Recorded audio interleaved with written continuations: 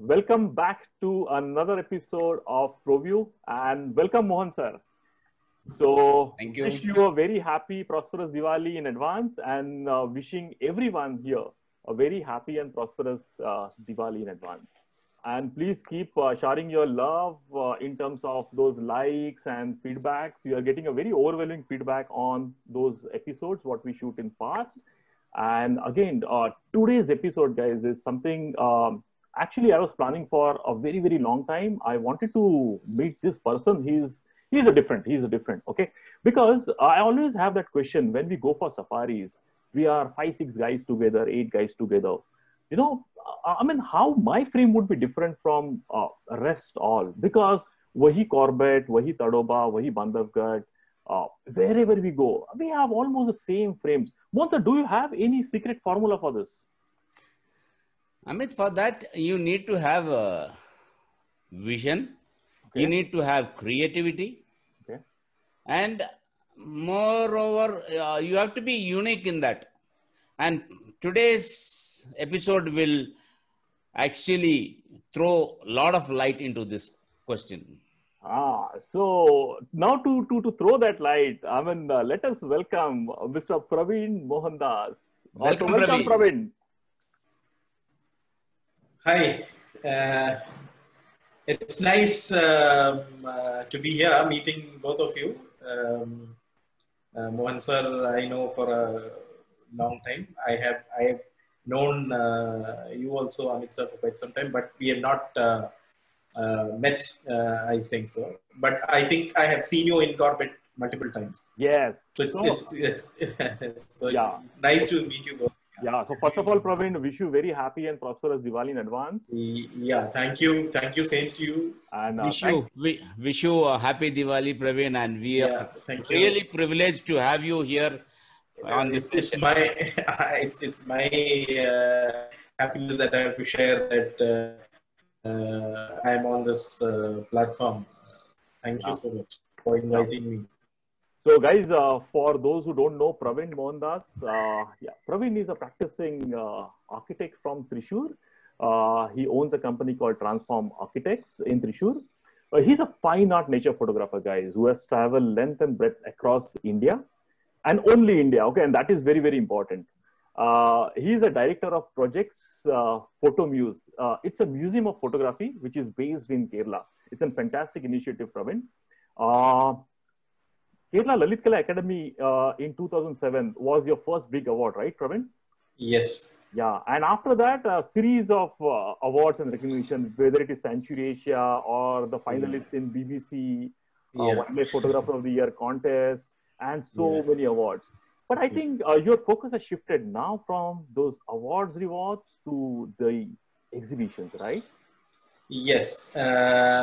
Like 2012, like actually from 2010 onwards, my photography started changing from the very ordinary to maybe a little bit personal kind of journey. So I thought my images don't make it well into these kind of contests where it has always been looked at things like surprises and rarities and things like that. The personal calls are generally not much looked after in most of the contests. So I thought okay, this is not my cup of tea, and I always wanted. I come from a period where prints were very important. Yeah. When I from my initial stages of photography, I used to make a lot of print myself as well as get it done by very senior printmakers in Bangalore. So I was always a print person. So I felt that my images are not being justified just by contests and things like that. So I shifted my focus totally onto making large prints and exhibiting them and working on that direction. So Praveen, Kerala, multiple locations, Bangalore, then Delhi, and one international exhibition in Germany. Yes. So when you are coming to Bombay, Praveen? Yeah, I would come anytime. I actually, even though I've done many exhibitions in many places, where they were all group shows. So my first solo show actually happened many years back, but it was a very small scale project that was some, I think, in 2010 or something. And But I was then, privileged to come and see it. Mohan sir was there. In fact, I did not see him, meet him there. I met him much later.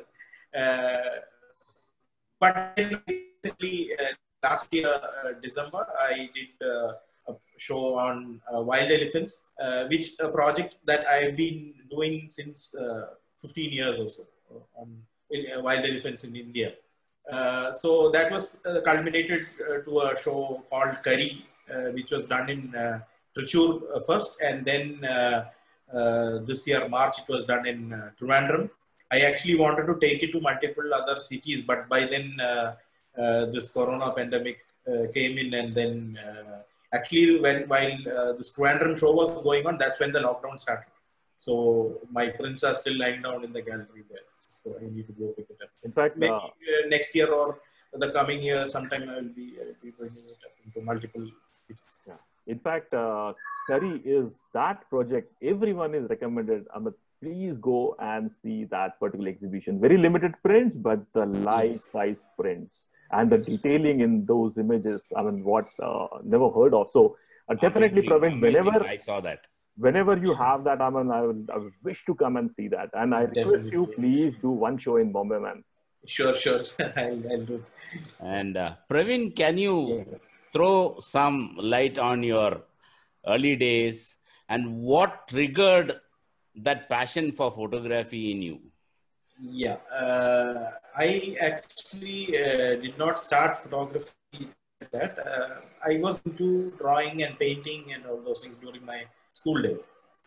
And somewhere when I was in 5th standard or 6th standard, somehow this camera thing came inside my mind. I don't know, we never had a camera at home. We never had that culture of taking pictures of things like that. So maybe I was attracted to that equipment, that camera. The only photographer that we could see during those days was during weddings. So that person used to get a lot of attraction because he was a key figure during any wedding during those days, because everything has to be recorded. So I kind of had a fascination towards that. But then I wanted to study, but I tried approaching some studio, and none of them gave me sufficient information regarding this. Everybody said it is very difficult. A young kid of your age cannot do. But then that was I kept on trying. So the only sources of little bit information were all these old magazines that you get in bookstalls, which was like, those magazines were like 10, 15 years old. But I live in a very small town, like maybe it is a city now, but those days it was more or less like a town. So we did not have access to many things. So when I completed my pre-degree, that is +2, I told my parents, see, I have this interest in photography, so I wanted to study. So by then I had already decided my career option would be either to become a cinematographer or an architect. Somehow from the age of from maybe some 7th standard onwards, like there was a friend of mine named Lijo. He's an architect and an artist. So we both always had this shift towards art-based job opportunities and things like that. So somehow architecture was kind of an engineering which could get easily, we could convince our parents and things like that, because it was kind of engineering for them. But we knew it was not just engineering, it is again involving a lot of art and things like that. So when I was doing my pre-degree 2nd year, I joined a small institute in Trichure, which did a diploma course in black and white photography. So I did that course, and then when I completed my pre-degree, I could not get into architecture, but I would get into other branches. So I said, told my parents, no, I'm not going for it. I wanted architecture itself, or I will go to photography. So they said, okay, you take 1 year back and redo your architecture entrance. So I did that, and I joined architecture in Madras University, one college under Madras University. But then photography kept coming. But all this time, I did not have a camera. Photography was all theoretical learning. And I also had this 1 year of break. I was working in a studio. Daytime I used to work in. So I did get access to large format cameras and medium. Those were only 35 mm was there, but it was very used very limitedly because all the studio portraits used to be done with large format, 8x10 and 5x7 and things like that.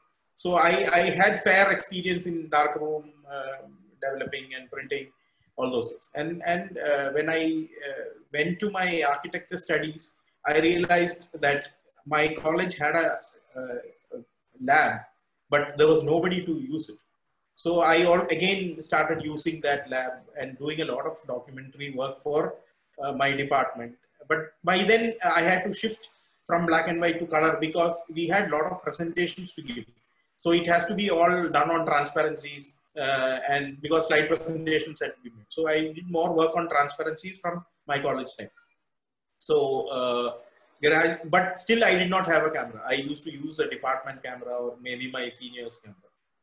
So in my third year, we have a 6 months of training, and that stipend money I used for buying my first camera. It was a Nikon F60 film camera and 50 mm. That's all I had. So those days, I absolutely had no idea of doing wildlife and things like that. My photography was all on architecture, travel, festivals, portraiture, and things like that. And during my college days, I used to, because this place where I was studying is Hosur, which is just 40 kilometers from Bangalore. So every weekend I used to go to Bangalore, roam around in places in Bangalore and make images and then come back on Monday morning. So that was a very regular routine. So one of those visits, I was passing through Kantirava Stadium and there was a photo expo going on. So I just walked inside and then I saw a small stall with some photographs and one single person was sitting there. So I found that was a stall of Youth Photographic Society, which is a very prestigious and very old club, photography club that was running in Bangalore. So I got introduced to that person who was sitting there, and unfortunately he was the president of that institution. And then I joined Youth Photographic Society as a student member, and then from there I started traveling with some of the very senior photographers in YPS. That was a very, I would say that was a golden age for my, because my foundation was set well, but still I did not have big lenses to go to any forest or something. But one big advantage that I got was most of my mentors actually gave their lenses, or they used to take lenses from their friends and give it to me and then take me along. Maybe they would have seen my enthusiasm and interest in the medium, and then they literally took me under their wings, and that was a big turning point for me. Praveen, to name a few, can you name few mentors? Yeah, definitely. One of the key person who brought me into wildlife photography was Mr. H.V. Praveen Kumar. He was the president of YPS during those days. He was like, I was actually living, after my third year, I moved to Bangalore and I used to come to Hosur every day by college. So I was living very close to his house. So every evening I used to spend some time with this, in his house and seeing his friends. And YPS used to contact a lot of salons during those. So all the salon entries would come to his house. So I was the first person to get the first hand of looking on all these prints. And that was a very learning experience for me, because he used to explain the merits and demerits of most of those pictures while we were sorting out the sections and things like that. And one day he took me to another person called Mr. V. Srinivasa. who's a master printer in color and black and white. So, so I used to go to Srinivas sir. He used to make some of my prints, and then I used to sit with him, and then he used to explain to me how is color balance brought and what are the compositions that you're looking for. Very a kind of pictorial, because he was more or less a pictorialist than a wildlife photographer. So he implanted that pictorial imagery into my mind, which I later on combined pictorial kind of image making with wildlife, which was not much of a tried out thing during those days, because wildlife was all more of documentation and things like that. I kind of implanted this pictorial visual, which was not majorly accepted during those days, but then I kept on pushing that, because I believed that we need always a change from what everybody is doing. So I was kind of a rebel during those, but somehow these mentors really took me along with them.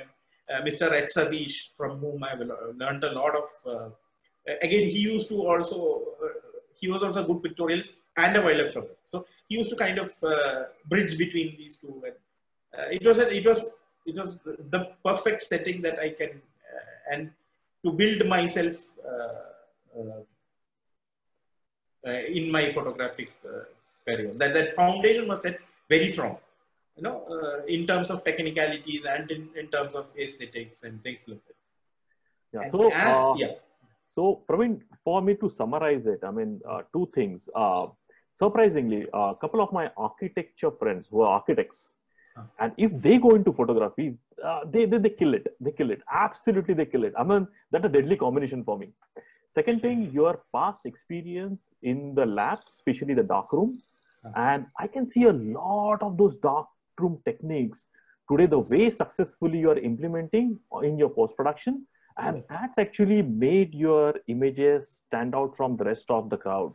And Praveen, third thing is your vision, man. You have a different vision. What you can see, we can't even imagine. Okay, so I mean, without further delaying, I mean, what I would say, I mean, Mohan sir, let's go through the khazana of those images, and not only the images, you know, Mohan sir, if you see, and for all you guys, the way he has articulated it in terms of the stories, the theme, that's the perfect way if someone can get an idea and how to design your exhibitions or how to design your profitable books. So this is a sheer treat. So what I request you, please watch this video till the end and look at all three different segments, how Praveen is going to project his work. So Praveen, it's all over to you. Thank you so much, man. Please share your screen. Okay. So this is a small presentation on my approach to, one of the approaches to making images of wildlife. So when we look at wildlife photography, we kind of see a lot of emphasis on animal and animal behavior and things like that. That is the like larger part of wildlife photography is basically about animal and animal behavior. But I always looked at it from a slightly different perspective. Wildlife is always not a very individual thing. It is, wild animals are always connected to its land, its ecosystem, and its surroundings in a very complex way. They are not like human beings. See? We can survive in any atmosphere, like be it a desert, be it Arctic, or be it tropical, anywhere. You see human beings everywhere, but not all animals can survive like that. An animal which lives in a polar region cannot survive in a tropical region. Animals in tropical region can't survive in any harsh climate, whether it is desert or whatever.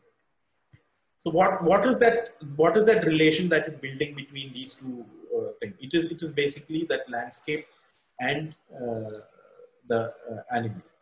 So the first set of images would be on emphasis on how that relationship between land, it's wider land. That is a wide how that animal relates well into its wide landscape. I'm not just looking at animal in landscape. That is not what I'm trying to do. I'm trying to find relationship between that animal and its land, and also an emotional connection which I make with that situation, because we are an intruder in that atmosphere, and then we are looking at from a third party perspective, because we are not part of that landscape. We are not part of that. But I try to build a relationship with that landscape, and then find visuals which is kind of mixed emotion between my personal thing, the animal, and its landscape. So I call this first set of images the land. I would start with this image wherein which kind of shows the scale of a landscape. An elephant which is so tiny in this landscape. Just imagine the size of us in that. This gives an idea of what the size of these mountains are. What is that relationship which this animal maintains with that landscape? The kind of vastness that he has for his throughout his life. Like, he might be migrating from places to places, but this is the kind of landscape in which this animal lives. Obviously, this is Jim Corbett National Park, the foothills of Himalaya. So you can just now. This is I'm coming to the second picture. This is a similar landscape, but much south. This is Western Ghats, and again you have these mountain ranges wherein even an elephant gets dwarfed. I'm just trying to show the relationship of scale in two most dominating mountainous areas in our country. One is the Himalayan ranges, and the other one is majorly the Western Ghats. It's not only about large mammals, it is also about medium-sized animals. This is again from Western Ghats, and you can see the relationship of scale and the steepness of the mountains, and how these animals conquer these slope, and how they maneuver during in these heavy contoured locations. Again, about connections between animals, move, like animals who live in herd, like elephants and deers, and they always move in a group, and they mostly take a linear movement. So I'm trying to bring in that connection of linear movement. See, you can see a small stream kind of thing flowing. Actually, this is a river bed, but in summer the river dries out, and then the river becomes a stream. So that linear motion, I'm trying to bring that connection of linearity. I'm not trying to tell this. I'm not just telling the relationship of animal and its landscape. I'm also trying to bring in an abstract idea of linearity here, like a river which is very linear, and the animal trekking trail also in a very linear way. Relationship between the sky and earth, the textural quality that the sky would give during the pre-monsoon time. It's a heavenly atmosphere to be able to call this your home.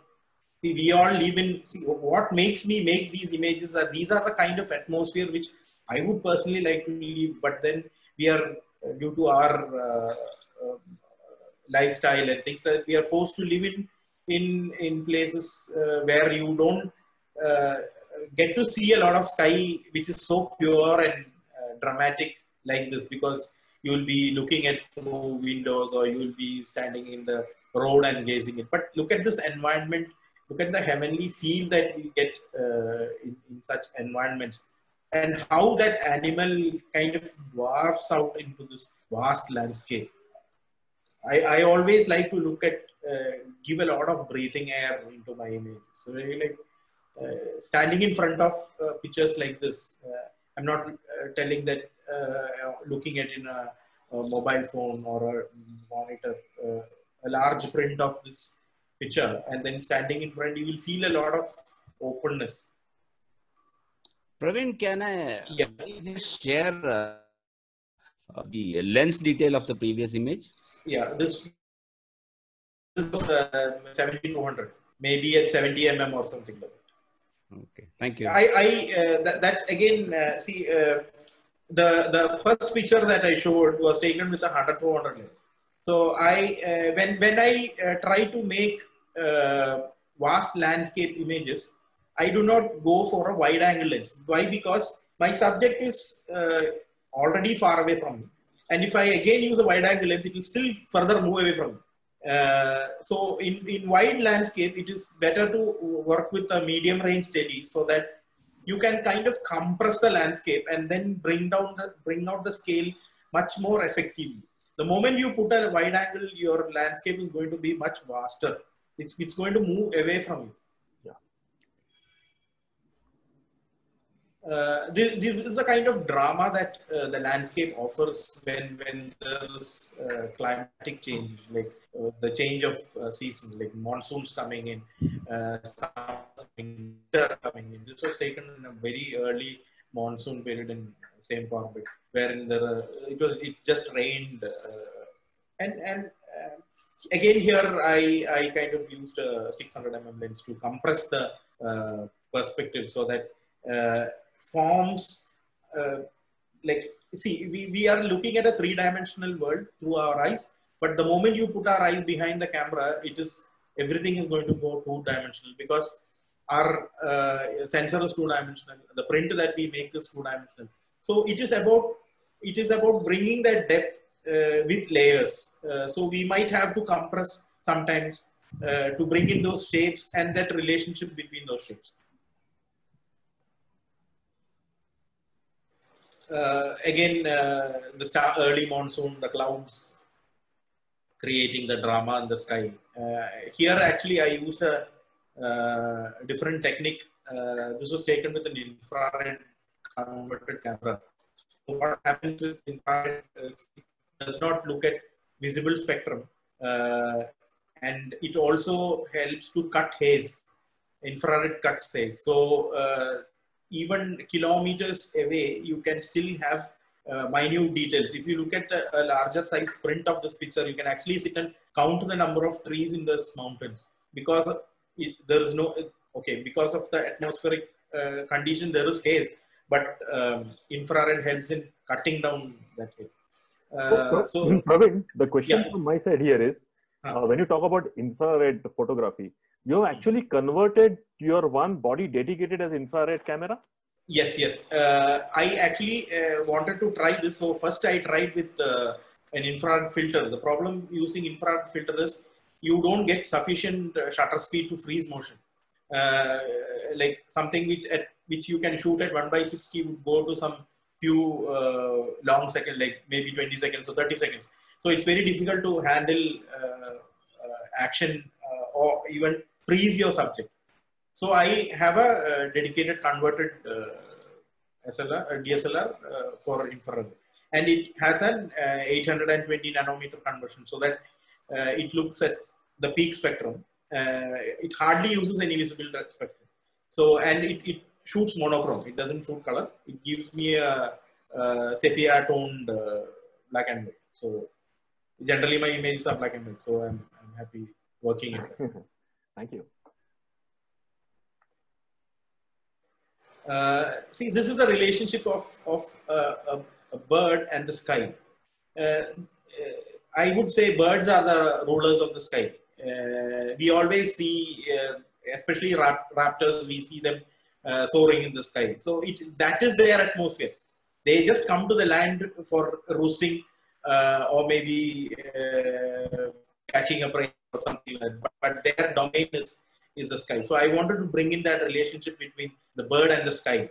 And helping to that, the dramatic cloud pattern also gave a very nice backdrop.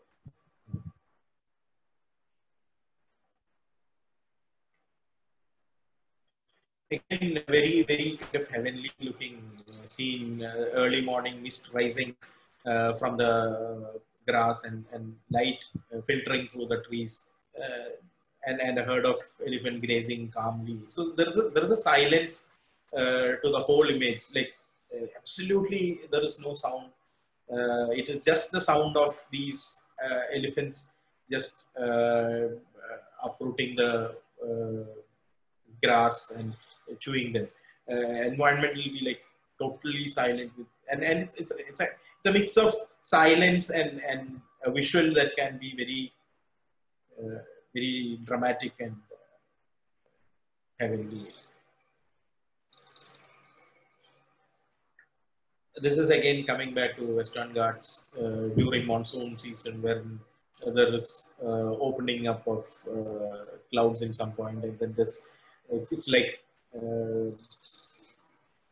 God showering his blessings onto the land and things like that. That's the kind of feeling that you get when you are in these atmospheres. So I'm trying to translate that emotional connection that I had personally when I'm in that situation. That is how I approach my wildlife photography. I'm not looking at it from very biodiversity point of view or very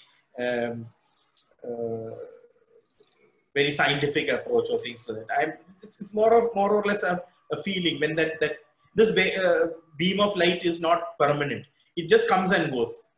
So when it comes, it's like blessing on you.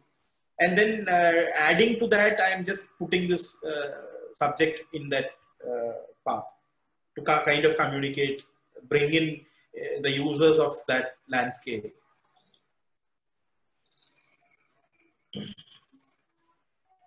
Very, very dreamy kind of situation, again created with the possibility of infrared conversion, wherein it's more of a fairy tale kind of visual, white leaves and the elephant kind calmly standing under a tree.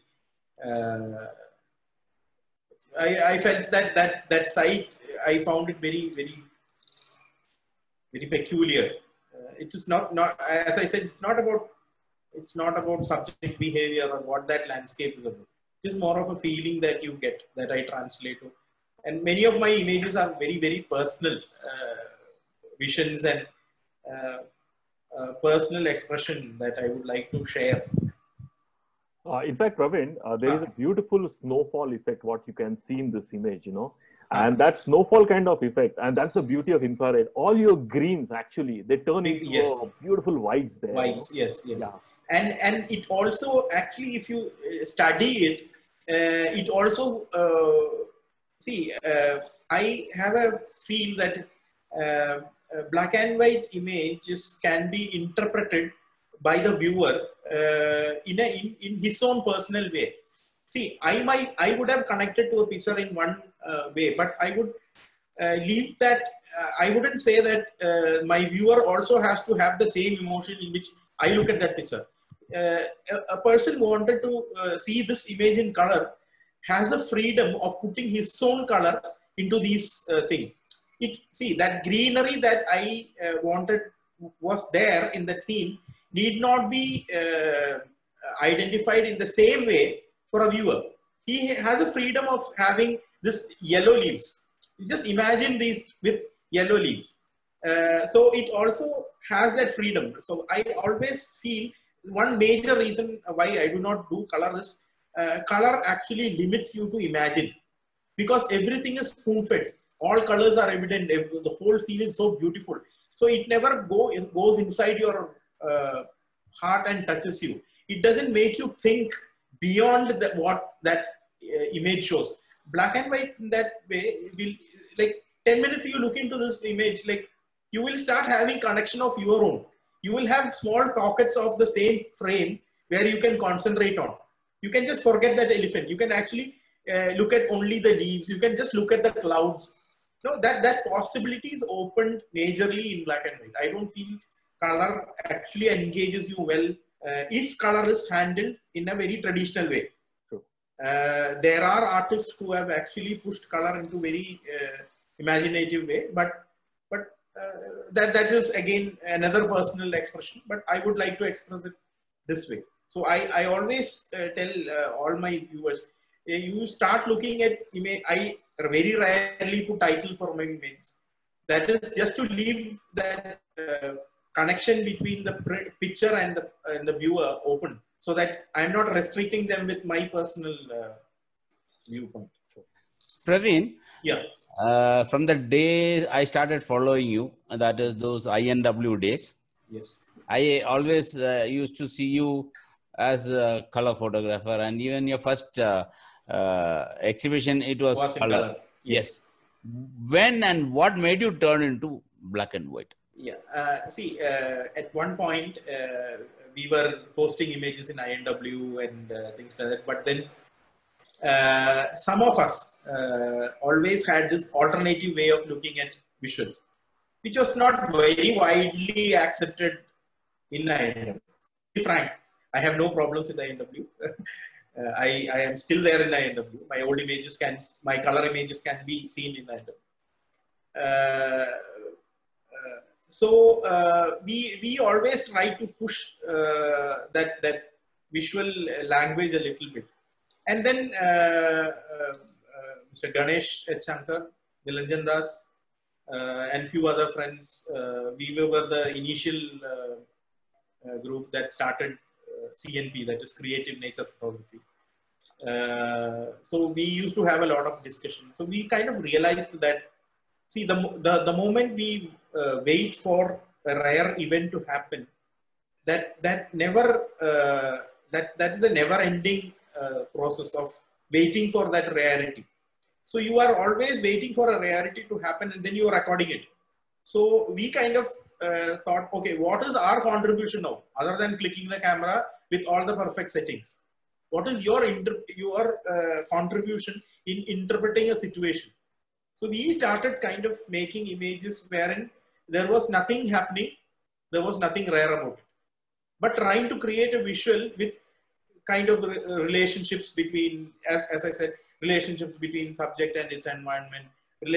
We were trying various techniques. We were all these infrared thing came as part of it. But later on, we also realized that just by doing some technique for making your image different, we need to find a very strong reason for doing it.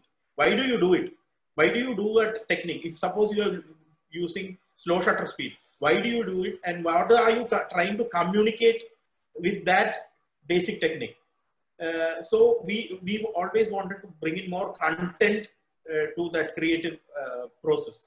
So that's how that journey shifted from usual color photography to slightly black and white. And I also realized that not many people during, maybe this was in 2009, 2010 time, I hardly saw anybody doing black and white. Neither in India nor outside. Everybody were doing wildlife in color. So I always had this black and white thing happening behind me. So, and I also got back my 100% control back on handling my files. See, when I used to do in black and white negative, I used to develop it myself. So I knew whether I had to push my developing. I used to change the temperature to create a kind of look that I wanted. The printing papers, I used to select whether hard paper or soft paper based on the output I wanted. All that burning and dodging, whether I want to make it a deeper print or a brighter print, I think so. But when I came to transparency, I lost that control. I had to make a perfect exposure, give it to the lab decides what output I get. Again, when I was making color prints, same thing. I didn't have the infrastructure to do a color printing thing. So I used to give it to Mr. B. Srinivasa. So the tonal range was basically handled by him. So I did not have much control of manipulating my images.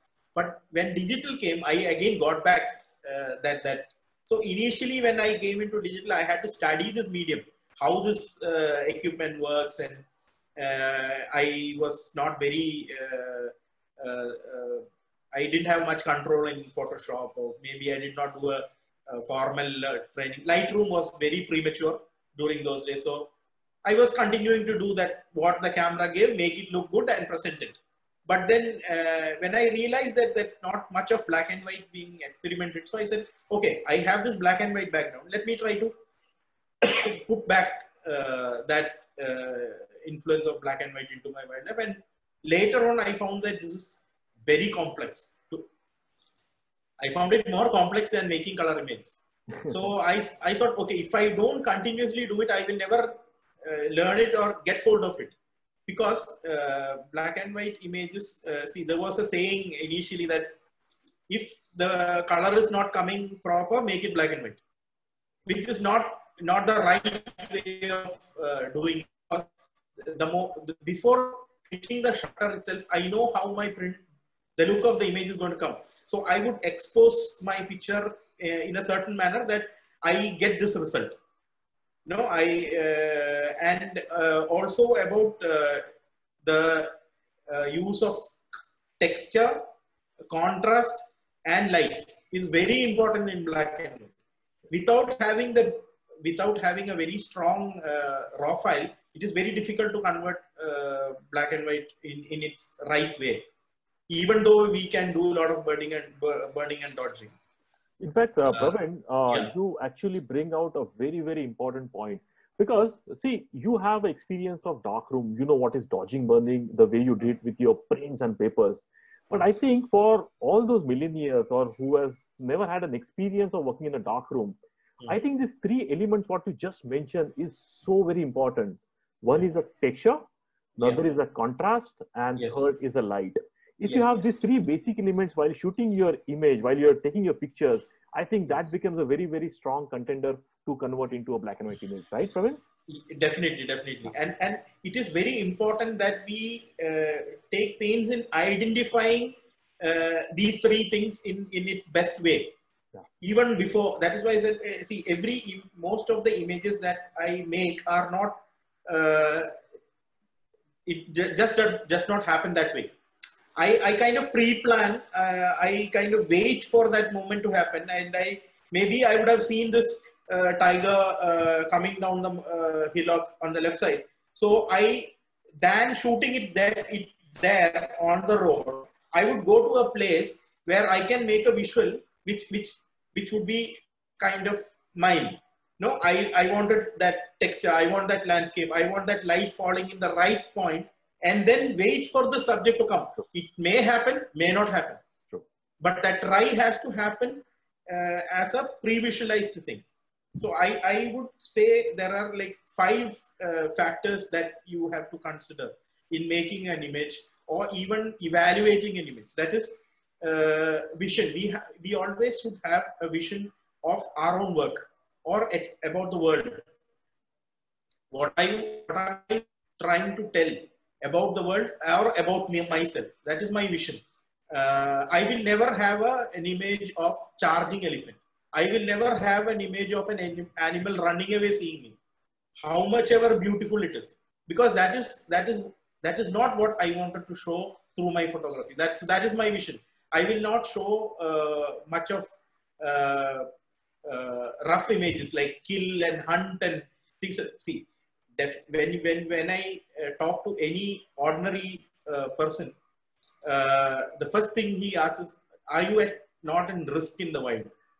I said, see, all animals in the wild are not waiting there to kill you. No, see, they are in their own life. You don't intrude into their life. No, that is, so I don't try to show them as beasts, because for many people, wildlife is beast, which I wanted to break, at least to the common man who sees my image. I will never show it in a beastie character. I will try to show all the subtleties of life and how those animal and maybe their young ones interact with themselves, like we do it within our own species. So it is very important to, so yeah, Next is visualization. How you visualize this vision that you have. All these principles of composition and placement of subject and focal length and all those comes in that visualization process. What elements you try, put where and things like that. Next is most important thing is light. How you handle light. Light can only be identified with the help of darkness. So how do you handle darkness and light and then play around with that. Next is color, whether you show it in color or whether you show it in black and white. Like black and white also has three colors, black, white and grays. So if there are certain images where color would be the most dominating character than the subject itself. In that way, I would still try to repeat it in color. Next is texture, how you look at texture and form. Black and white photography is all about isolation of these forms. Breaking down the shapes to, like breaking out a form into shapes and finding a relationship between those shapes. So it is, the fifth one would be, did I tell 5 now? Vision, visualization, light, color, yeah. So the sixth one would be emotion. How you emotionally connect to that situation, or even that, for that matter. See, only a photographer in the field can connect emotionally to a situation, but a viewer will always connect emotionally to that print or that picture. So that emotional connection also has to be. So these are the 6 things that I would keep in mind when every time I press that shutter. Why am I pressing this? How am I going to visualize this? What are the ingredients that I would use with respect to shapes, light and color?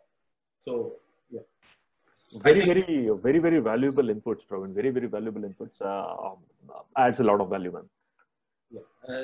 Now, this is the famous Parvali, like everybody knows. And without showing Ramganga River, how did that tiger get its name? Parvali, the lady who lives on the other side of the river. So the river has to be there in any frame that you make. Okay, she might be a very majestic tigress, but I feel this river is her life. So I always wanted to make an image of, it took so many years for getting this, even though I waited and failed many times.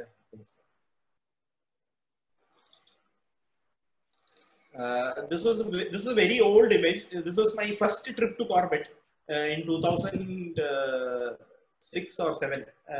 Yeah, 6 I guess. The first shot I made entering Corbett. This was taken from High Bank.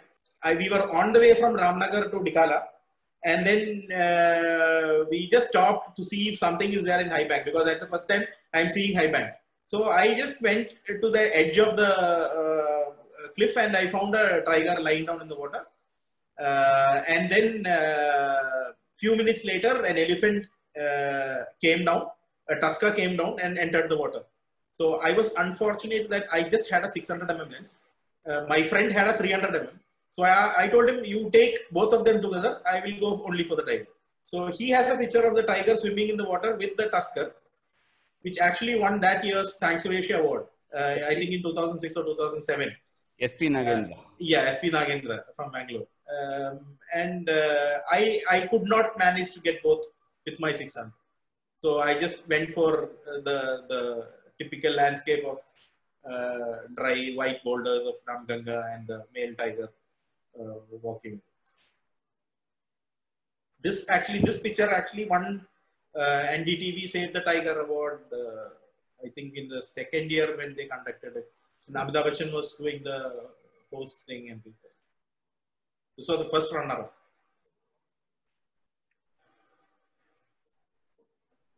A trail left behind by a beetle in the dunes. So it's kind of a relation of how an animal leaves its own imprint for us to see.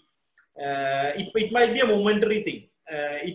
A wind blows and this would go off.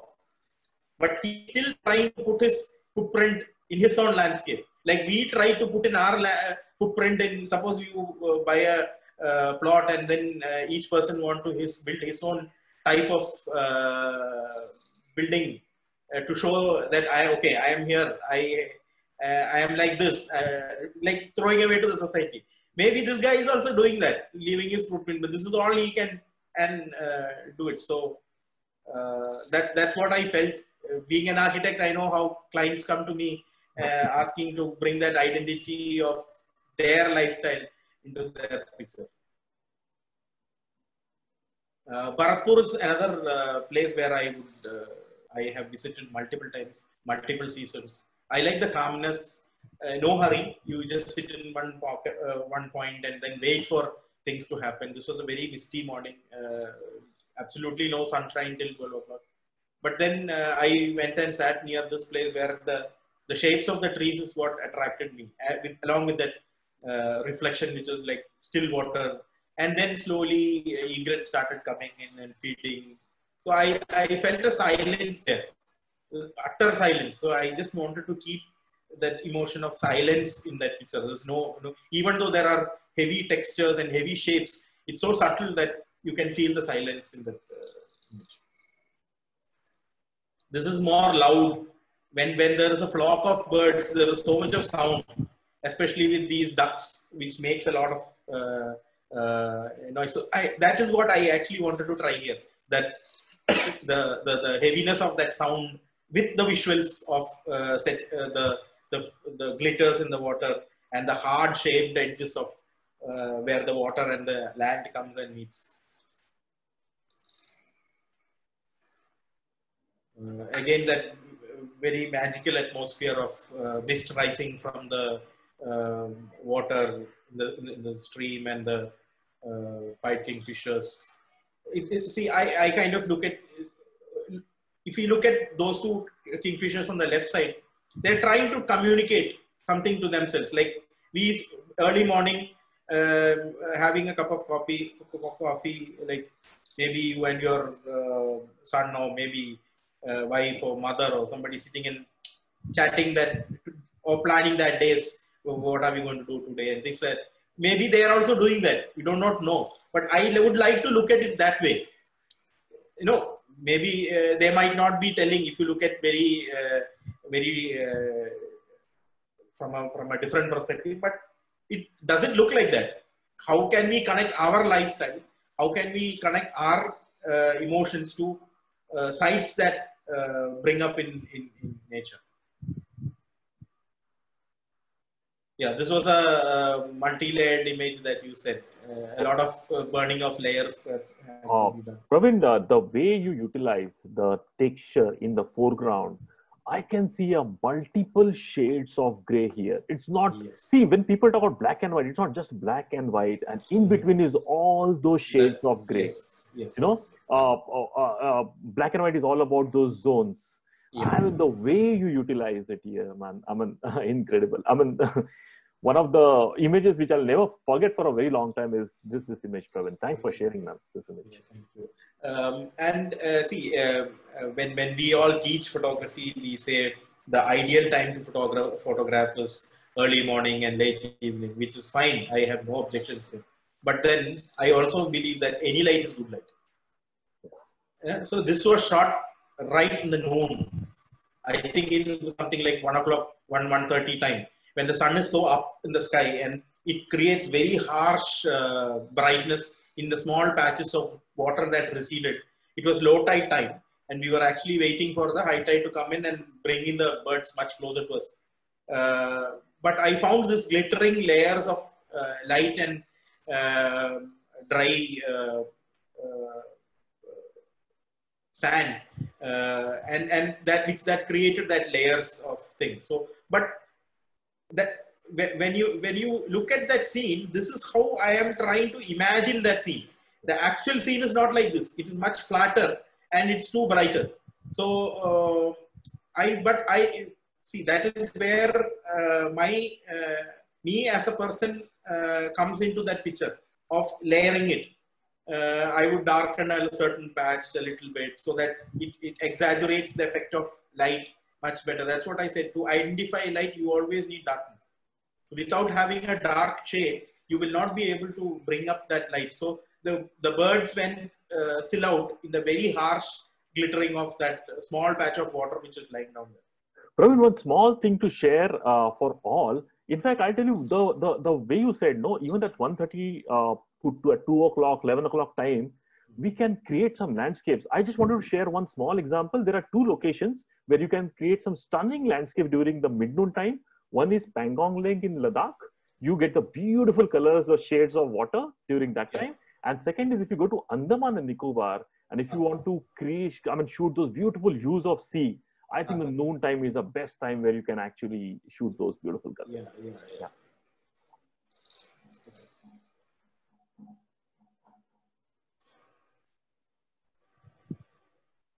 This is again a very long distance shot wherein these herd of deers were like as just dots on that shoreline. This is again by using a very long lens that you compress the landscape and then try to create a relationship between shape. This is how I kind of try to utilize the form, the form of the mountains and the contrasting form these animals create, kind of bringing in relationship between them. And a very panoramic kind of crop, which also kind of goes along with that horizontal lines, various kinds of horizontal lines that is formed. One is a slightly organic line and two very strong straight lines. A simple crop, a different crop, I know, can bring in so much of change in their image and the perspective. I'm really watching at the different types of crop that he does, no? It's just amazing. I always would say that photography is not only the art of inclusion, it is also the art of exclusion. What you do not want to show is as important as what you want to show. And the moment you show us something a little bit more, that emotion breaks down. So that it's very important that you be very open in your crops. Don't be very that everything has to be 2:3 for and things like that. Okay. Here again, see, I wanted to show that behavior of flocks. How these birds, without any kind of communication that we are aware, how they control the flock behavior. It's so amazing when these stills take up to the sky and they kind of create a not only the stills, there are many birds like godwits and starlings which do a lot of performance in the sky in a number which is like immensely high. Many times we kind of feel that two people living in a single home itself can't communicate or come to a solution which is common. But how these birds in so much large number syncing so well in their life, it is also a kind of protection also for them to live in flocks so that they are not being attacked by other birds of prey. So I wanted to show that character of a flock along with that wide landscape. So that expanse in which they kind of make that flock. You don't see a lot of flocking thing happening in wooded areas because generally they will be all individuals or maybe smaller flocks. But larger flocks are always seen in large lakes or large open lands. So this image was very challenging. You just can't shoot this image with a long tail. It will not give you the sufficient depth of field. So I had to use a medium range tele to do this. But then again, if you make it a single image and crop, it is not going to give that depth in the best way. So this was actually a 15 or 16 image stitched with multiple vertical images made, standing on a boat which is swaying. That's the secret of this high-res So images. So yeah, it's a the panorama board does not. picture. Yeah, generally when we say stitching, you need to have a tripod, you have to have everything. I had to make multiple set of combinations and then try to find the best set which stitched well. So I took some 10 or 15 into 15 images, and then out of which I could stitch one perfectly. Uh, one good backup background in stitching that I have is I do a lot of architecture photography professionally. So I do a lot of stitching there to get full scapes and things like that. So I had that basic concept of stitching architecture images, and I just applied it here to stitch this thing. I had to wait for a moment wherein none of the birds were making major movements, because the moment there is movement, it is not going to stitch well. So fortunately, it kind of came perfect. So that was just a technical background of the picture. But what I'm trying to tell is more of the behavior of the living in a group. This is from Mangalajodi, I guess, right? Yes, that's from Mangalore.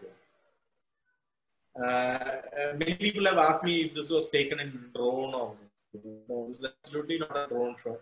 I was on the other side of the mountain, and there was a big valley and then a very steep mountain going on the other side. So this gaur was grazing on the other side, and so my view was actually for this plane of the mountain was actually parallel to the angle in which I was shooting down. So that's how I got that edge-to-edge sharpness, and it looked more or less like an aerial shot. Is this from Periyar? Yes, this is from Periyar. This is from Mangaladevi.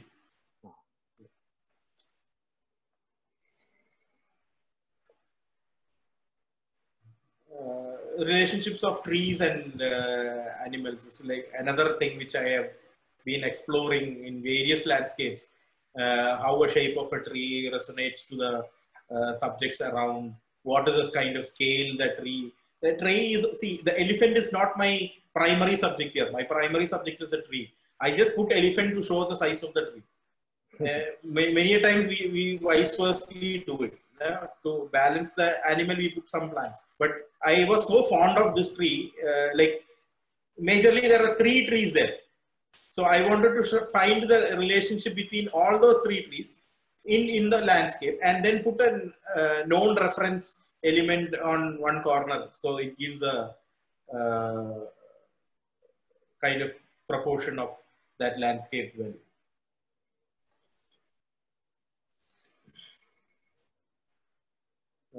It's a very, very rough habitat, and maybe more of a tough habitat than the desert, and very little grass is being seen, and how these animals kind of be a part of that whole symphony of shapes that forms in the dunes and small islands that forms within that dunes.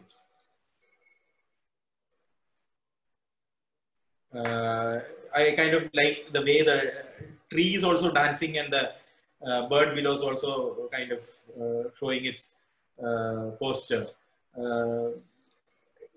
We can actually try these things individually. We can try the bird in its perfect position when it's giving its territory call or dancing posture or whatever. But then how can I connect it to that landscape in which that event happens? So I had to find a tree which also looks like dancing. Not every other tree would gel with this situation, but then I was fortunate to get this situation happening. And additionally, there were another pair also. So obviously these two. So there is also information of the lifestyle of the bird. When there is a pair holding a particular area and another pair comes in, then definitely one is going to give a territorial call, and later on the other two flew up. So it's all not totally discarding behavior and things like that, but adding multiple layers to the same image. like somebody who just wants to look at the very mystical feel of that image can appreciate it. Somebody who wants to understand the behavior of the bird can also look into it. So there's multiple layers that you can actually read through one single image. Wow. The relationship between the river and Ramganga river and the elephants, as well as other animals, have been a very important thing. So I've been trying for many years how to get it well. And that too, this was one summer where I climbed up the tower early in the morning, because generally what happens is when we come out of the camp, we don't go to the tower straight away. We generally go in for a round either in the grassland or to Ramganga Sambar Road side and then come back. But then this situation, I wanted to make this image. So I just climbed up the tower, made that first rays of sun that hit the water, and correct time those elephants came in to cross the river. So I've been following this herd and studying what time they cross and things like that. So when I come out of the room, I used to see which herd is moving in which direction, and then go place myself in that position so that I can visualize that pre-visualized image that I have in my mind in its best. So understanding animal movement. So I would also suggest to visit a place multiple times to understand that place properly. Yes. Any new place we visit, there is always a surprise element that comes in because we are seeing that place for the first time, and so there's so much of surprises that place would offer. So you will always be overwhelmed by that surprises. But as you make multiple visits to that place, then you try to understand that place well, and then try working out visuals that is based, which can be made only there, because you kind of understand the animal movement there, how weather is working, what are the pockets where you can look for wildlife, what is the behavior of that place, what are the important elements that that place has to offer, and then try to visualize. So this is where I was talking about vision translating to visualization. So making decisions based on that visualization is very important to bring in that visual in its best possible. And then the rest of the things just adds on. Light, texture, shape, form, all those things just adds on. There's also a kind of a situation wherein there is nothing to make a picture. It's just a painted stork and some dry weeds on the water. So when you, but when you break down that situation from the immediate look of that place, and then look in deeper into just the quality of light and what light plays on each plant or each surface, and then what is the edge of that surface, and then try to make a visual, then things start building up. So otherwise, this is a very, very kind of very normal scene. There is nothing much that we get. But again, pre-visualizing the end result is also important there. Like I would have decided, okay, I'm going to deepen the water to bring in the lighter tones of the plants or the weeds that is there on the water, and then place the subject in a particular place. So there's a lot of horizontality in the image, which actually goes along with the panoramic crop. It might be a very ordinary scene, but then it kind of transports a dead scene into something which is more usable, which kind of says something about that land in a very subtle manner. Many of these things are very subtle, not very bold and jarring and just hits onto your face. There might not be a big wow factor also, but these are also moments that need to be appreciated from a landscape. A kind of nice tunnel effect, and Jekyll waiting to start planning that day, looking around here and there, and his presence is like my presence is not even felt for a second, because I'm quite far away, and he's all into his moment. And if you look at the shape of the trees and you look at the shape of the jackal, that kind of relates in form. No, the very curved nature of the tree and the sitting posture and the turning of the head. I also have an image of the jackal standing, but then I felt it to be very ordinary. It's a jackal in a misty tunnel in Bharatpur. But the moment it sat, he became calm, and then it transports to another mood altogether. And also adding to that was this relationship of shapes between trees and the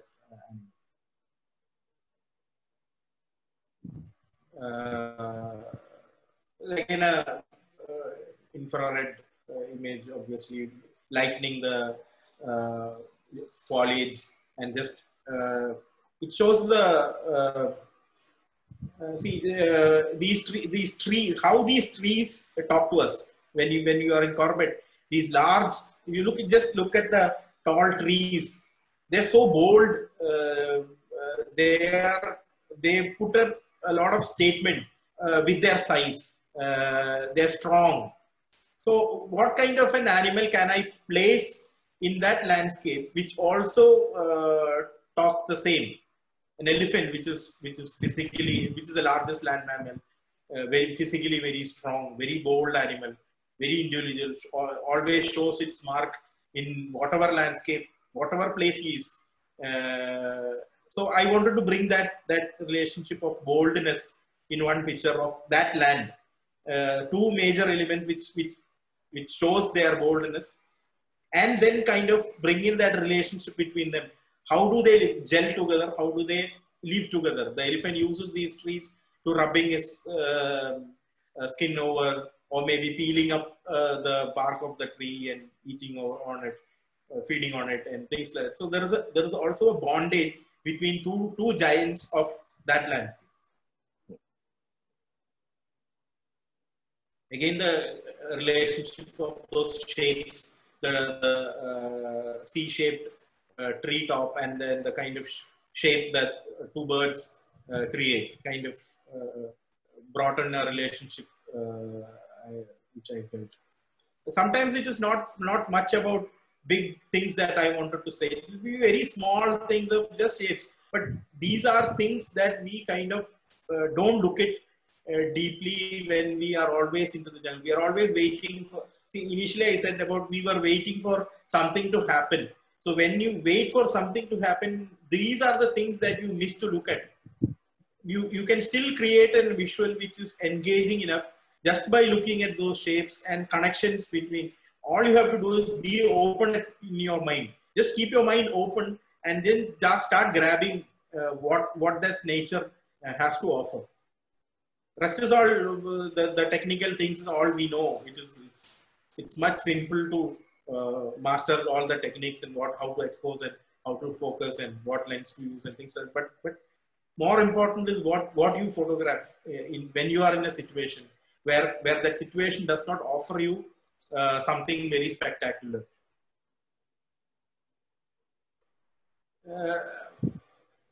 A landscape which hardly has shades.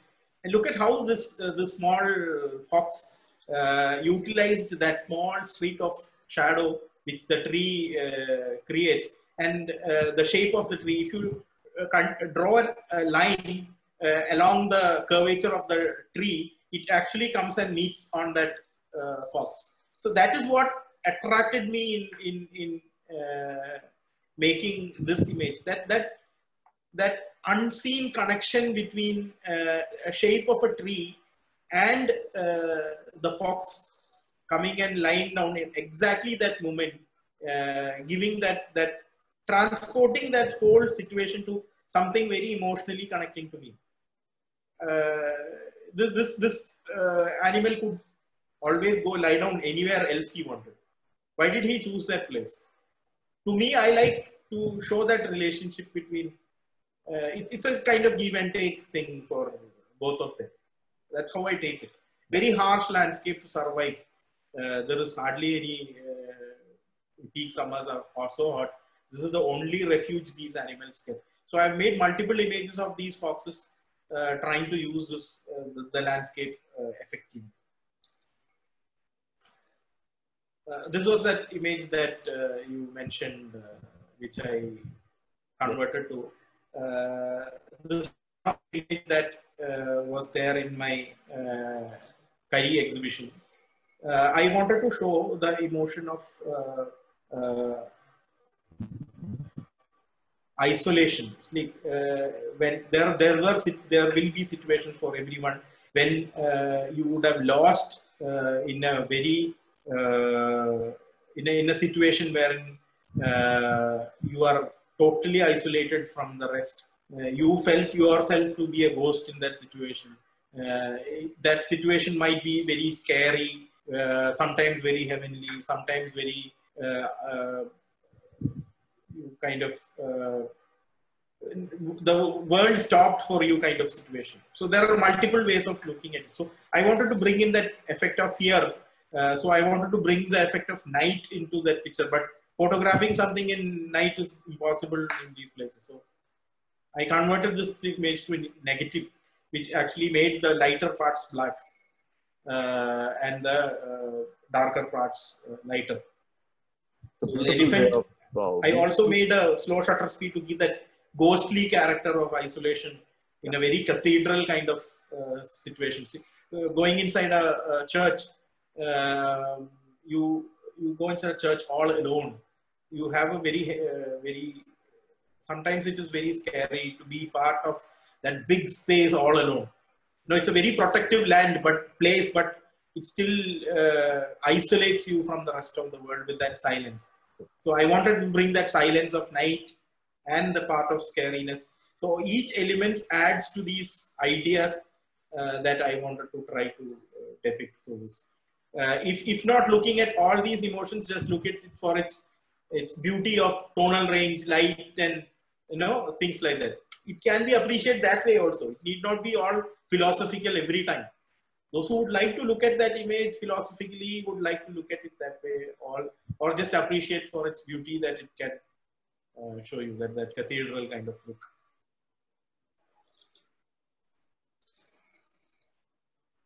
Everything in the surrounding is something photographable, but how do we kind of bring in that relationship?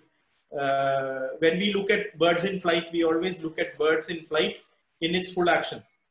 But how about connecting that with something else in that atmosphere that can add drama into that situation? I can always make a tight frame of that duck taking off from the water, but that would be just another duck in air.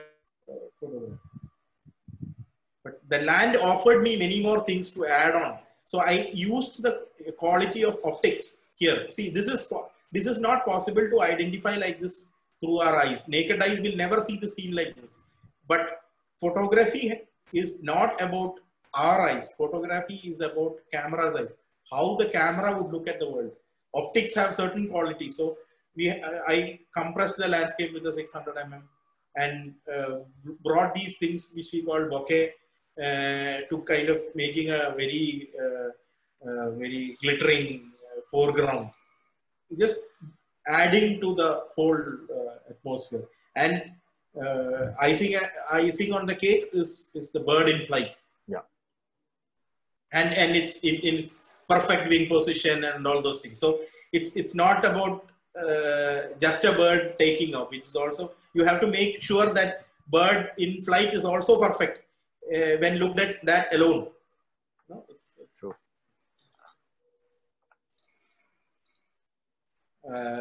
This was much recent photograph. This was taken during this Corona pandemic thing, just before this presentation that I made. I went to a nearby place called Nelliyambadi. I just wanted to get out of home because in my 20 years, I have not sat at home for 6 months like this without going anywhere. I'm sure everybody who are nature lovers would have definitely traveled somewhere. But same here also. Yeah.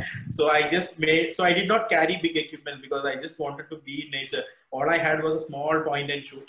And I found this snail which was almost white in color. So I was very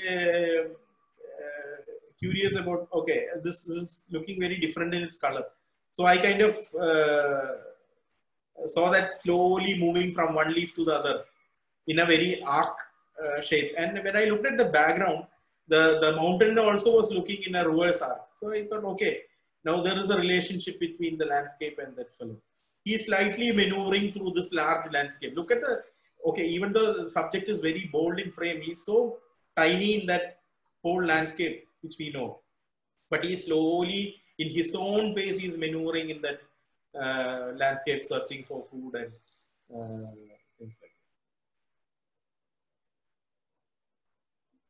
that. Now, whatever celebration we do on Earth, one day we have to go back from that same Earth from where we came, be it human, be it any animal for that matter, be it how powerful you are ultimately going back into that landscape. There's a truth that we all know, and that is a primary truth that this nature actually exists on.